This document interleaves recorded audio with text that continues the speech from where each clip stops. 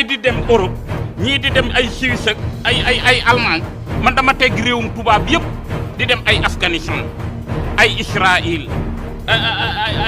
ay Iran Irak teere Tanzanie. asalaamaaleykum waa groupe SM Info International nuyu naa leen baax di leen ziar di nuyu waa kër gi yëpp di leen ziar di leen jox seen wàccuwaay bu baax a baax Baye Niass Cheikh Abdoulaye maa ngi lay nuyu di nuyu Cissé Xidmatul Xaadim di nuyu mbokk yëpp di leen ziar tabarakallah maa ngi lay nuyu bu baax a baax waaw di wax ni guerre Israël ak Liban wala Hezbollah wala Israël ak Hezbollah ñoom occidentaux yi ñoom seen bopp xamoon na ni Israël ak Hezbollah bu duggee ci guerre Iran du leen ci bàyyi ñoom waxoon nañ ko avant ñuy sumba guerre entre ñoom ñaar waxoon nañ ni Israël bu sumbee guerre ak Hezbollah Iran du bàyyi mukk Hezbollah di daanu loolu tele tubaab yi seen bopp ñoom ñoo njëkk xam loolu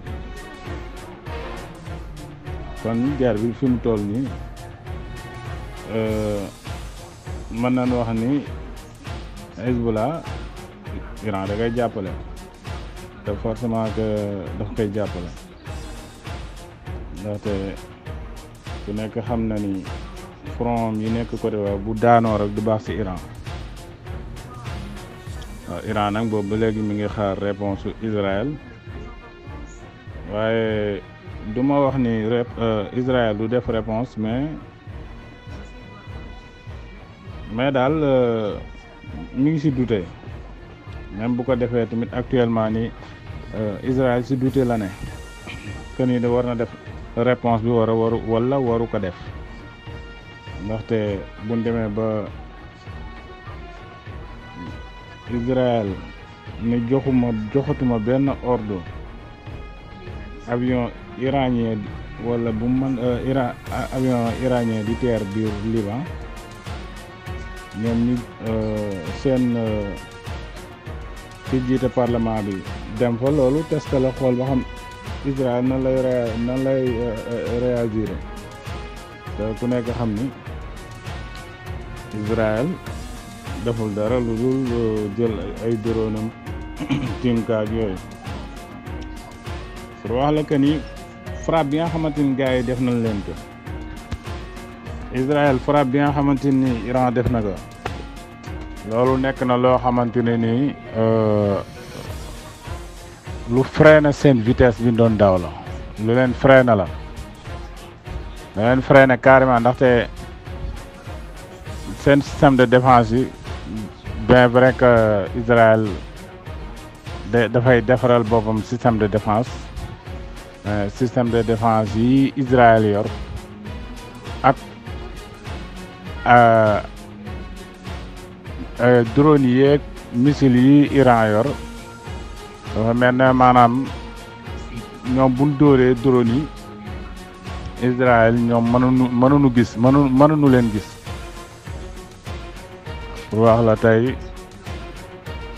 xereñ bi nga xamante ni iranien xereñ nañ ba tax na nag guerre bi moom mën nañ wax ni Hezbollah comme ni ñu ko waxee rek dugg na ci beneen phase te boo tuddee beneen phase rek mooy que ni bàyyeetuñu civil ak dara képp ku nu mën a rey ku ne dañ lay rey dafa neexul dégg que ni Israël di rey population Gaza di rey population Liban ba pare ñoom ñuy boobu ba léegi ñu toll ci benn phase rek il fallait que ñu changer waat stratégie bu dee côté Ordon ku nekk xam na ni buur ba fa nekk Israël lay jàppale mais boo gisee civilu Ordon yi ni meree israéliens yi da ngay tey rek maa ngi si benn vidéo boo xamante ni policiers israéliens yi ñoo taxaw def patrouille mais oto bi mu ñëwee ñoom ñaar ñëpp la bëggoon rey dafa ñëw rek foncé seen kaw pour wax la que ni ñoom ñu rey ñaar jaral na leen ñoom ñu ñàkk seen bakkan. aussi tamit am na télévision yoo xamante ni ordonniers yi ñoom dañ leen saccagé télé bu si mel MBC fi mu nekk si ordonne gars yi ordonniers yi dañ ko yàq ndaxte ak yeneen scène nen daal ñoom bëggatuñu gis scène yooyu côté boobu ndaxte scène yooyu yëpp gars yi dañ ko yàq ndax naqar bi nga xamante ni am nañ ko surtout deewu Yacine Sinwar ba tax na daal ñoom bari na scène yoo xamante ni lim nañ ko ni bëggatuñu ko gis si côté boobu côté ordonne ak yooyu ndaxte naqar bi nga xamante ni am nañ ko ndaxte aussi tamit ñoom dañ ni télévision yooyu ay complice lañ si li nga xamante ni Israël mi ngi koy def. beneen bis boobu mooy que ni Corée du Nord ak Corée du Sud Corée du Nord tey Corée du Sud dafa envoyé waat beneen drone biir Corée du Nord te Corée du Nord waxoon na ni bis bu loolu bu ko kii defatee mooy que ni genre déclaration de guerre la mais Corée du Sud defaat na ko tey waaw ku nekk xam na ni Corée du Sud Corée du Nord envoyé na plus de 1500 soldats yoo xamante per naa defaay ñooy ziar de lu toll 1500 soldats pour préparer dugg si guerre entre Russie ak Ukraine. gars yi nag coow lu bari na ku nekk mi ngi wax naan ñoom occidentaux yi war nañ jël beneen phase si jàppale bi ni jàppale Ukraine. Corée du Sud moom wax na ni moom dàqul jàppale Ukraine militairement Corée du Sud moom wax na lool ne dàqul pour def loolu mais pare na pour dugg si guerre bi daal militairement ak armement. bu dee porte-parole Maison Blanche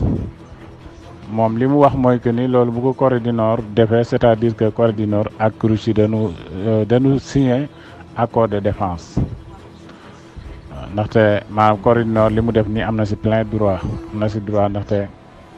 ku nekk xam na guerre Ukraine bi ni mu demee d'ailleurs sax Poutine démb leeral na loolu yëpp ni ñoom ñoo ngi jàkkaarloo OTAN depuis yàgg na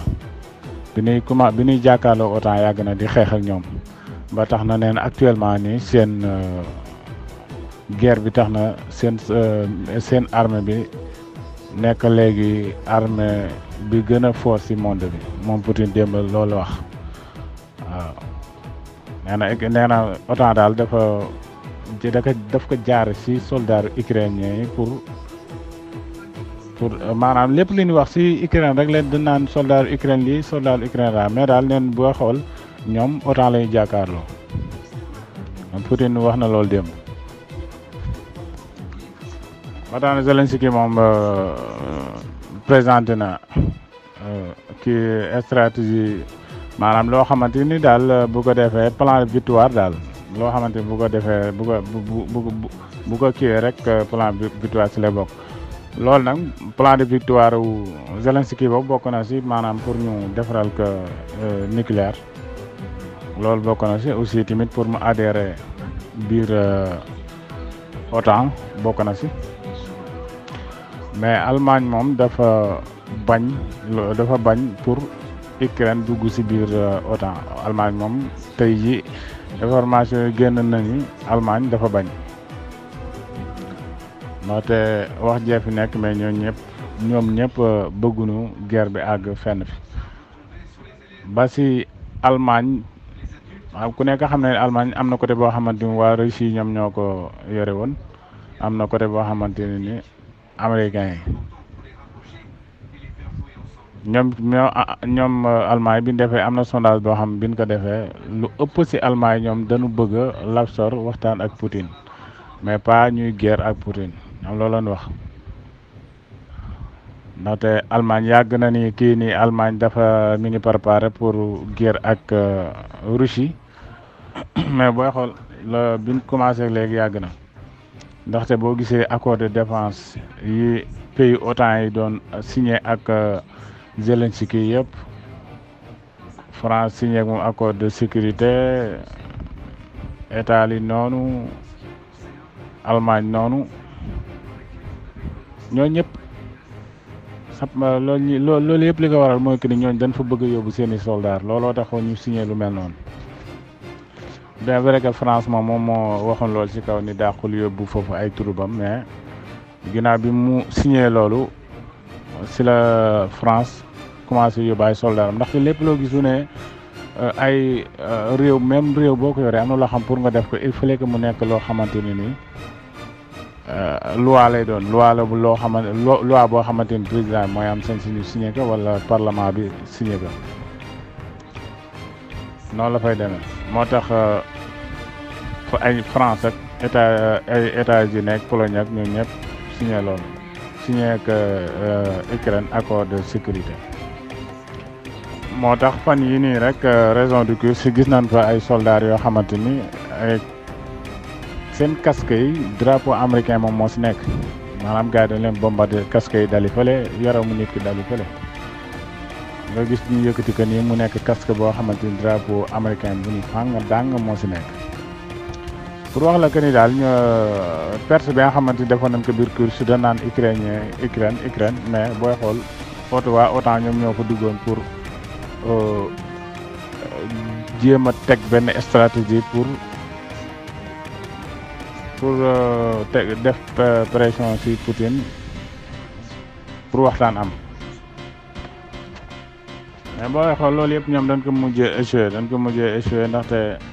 ku nekk xam na ni OTAN actuellement nii ak Union européenne actuellement ñoo ngi ci ay waxtaan yoo xamante ne ni am na ci pays yoo xamante ni dañu pare pour arrêter ndimbal gi nga xamante ni ñoo ngi koy jox Ukraine. am na pays yoo xamante ni feeñ nañu am na pays yoo xamante ni ñoom ñoo ngi koy wax ci suuf pour arrêter loolu noonu ba tax na fan yi passé rek am na blocage boo xamante ni président Hongrie bi Viktor Orban moom moo ko arrêté mu ne xaalis boo xamante ni kii moom moo ko waroon jox Union européenne moo ko waroon jox Ukraine Orban moom moo ko arrêté waat. aussi tamit Robert Fico moom déclaré ni ñoom seen pays xalaatuñu di jox Ukraine arme wala xaalis xalaatuñu ndaxte ñoom depuis que ñu gagné léegi ñoom li ñuy wax rek mooy que ni nanu arrêté guerre bi affaire d'ailleurs sax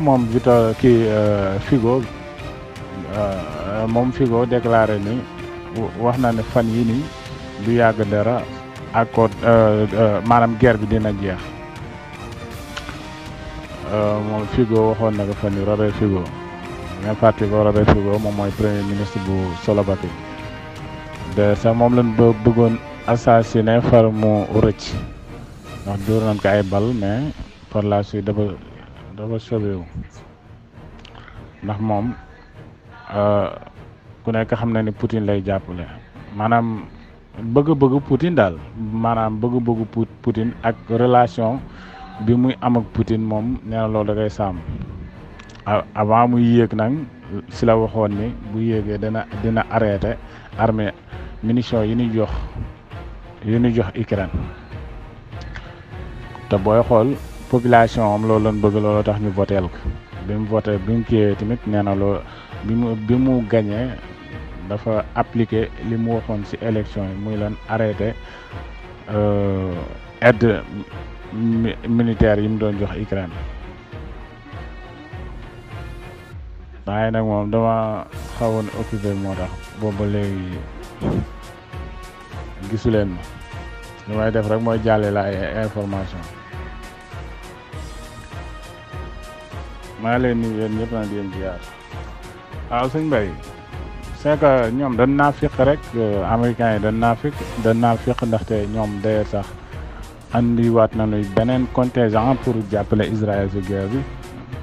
démb xam nga bërki démb indiwaat nañ beneen contingent pour jàppale Israël ci guerre bi mais ñoom seen àdduna moom dañ jàpp ni ñoom ñoo war a jàppale rek kenn warul jàppale kenn d'ailleurs sax ñoom américains yi ñoo ngi waajal maanaam ñoo ngi waajal sanctionné kii Chine aussi tamit am na ay société Chine yoo xamante ni teg nañ leen ay sanctions si jàppale bi nga xamante ni ñoo ngi koy jàppale Russie looloo tax adduna bi pour mu changer il fallait que li nga xamante ni ñoom OTAN ak Union européenne moom la ñu yor ba tax ñu yore adduna bi seen loxo loolu il fallait que mu arrêté ndaxte nekk benn kuréel boo xamante ni lu la neex rek moo war a am lu la neexul du am te mu nekk kuréel boo xamante ni duñ doxal yoon loolu yaakaar naa ni du jëmale adduna bi kanam te aussi tamit li gën a doy waar mooy que ni li ñuy jéem a imposer adduna bi muy affaire mbonteef yi nii imposer adduna bi ndaxte pape bi rek bi mu demee Belgique wax leen ni loi bi nu voté pour maanaam mooy yàq biir bi nga xamante ni dañ ko daganal biir Belgique pape bi moom dafa ni mel ni ku bëgg a juddu nga rey ko te loolu nekk na loo xamante ni daal rafetlu wu ko ñu bëri am na ñu bëri ñoo xamante dañ ni lépp lu jëm si wàllu pape bi kiiwatuñ ko maanaam daal génn nañ si ba set wecc daal te ku nekk xam na ni pape bi am na ñu naan suñ lobby yooyu la bokk ndaxte diine christianisme dañu dem ba mélanger ko ak yu si bëri boog dañ dem ba mélanger ko ak wàllu lobby yi muy satanique yeeg yëpp ndaxte pape bi am na mbaxane bu muy sol boo xamante ni da nga siy gis da nga siy gis genre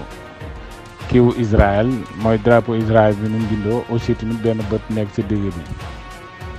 ak yeneen firnde yoo xamante ni daal ñu bëri léegi ñoo ngi koy wane. te ñoom nouvel ordre mondial bi nga xamante ni teg nañ ko daganal yàq biir si la bokk ak yeneen yoo xamante ni ñoom dañ ko daganal te loolu yëpp booy xool adduna bi problème yi am nii yëpp loolu moo ko waral bëgg daganal loo xamante ni la lii dañ ko war a def par force moo tax loolu yaakaar naa pour adduna bi am jàmm moom lu jafe lay doon. li ma si doon rek mooy que ni Corée du Nord soldaaram yaa xamante mi ngi ko yóbbu biir Russie am na ñu ni dafay jàppale maanaam dafay remplacer soldaaru Russie yi nekk si dëkk yi ñu jot a nangu am na ñu wax lool te man tamit loolu pour man loolu lu mën a nekk la actuellement nii dafa première contingent ñoo dem rek toll si 1000